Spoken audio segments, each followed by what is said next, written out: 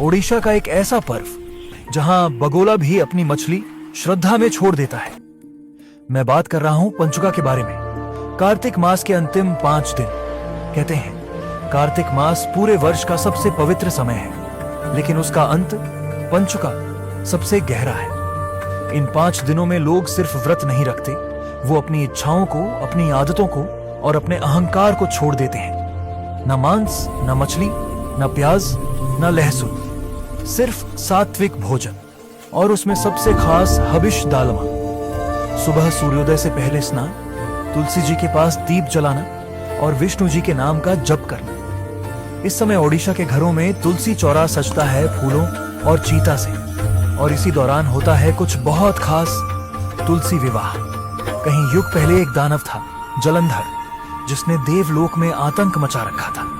उसकी शक्ति और उसकी अजयता उसकी पत्नी वृंदा की पवित्रता पर निर्भर थी। धर्म के रक्षण के लिए प्रभु विष्णु ने जलंधर का रूप धारण किया और वृंदा का पतिव्रत्य टूट गया। इससे जलंधर का विनाश हुआ। जब वृंदा को सत्य का पता चला, उसने विष्णु जी को पत्थर बन जाने का श्राप दे दिया, और इसी श्राप से शालिग्राम का जन्म हुआ। वृंदा ने अग्नि में अपना शरीर समर्पित कर दिया और उसकी भस्म से तुलसी का जन्म हुआ।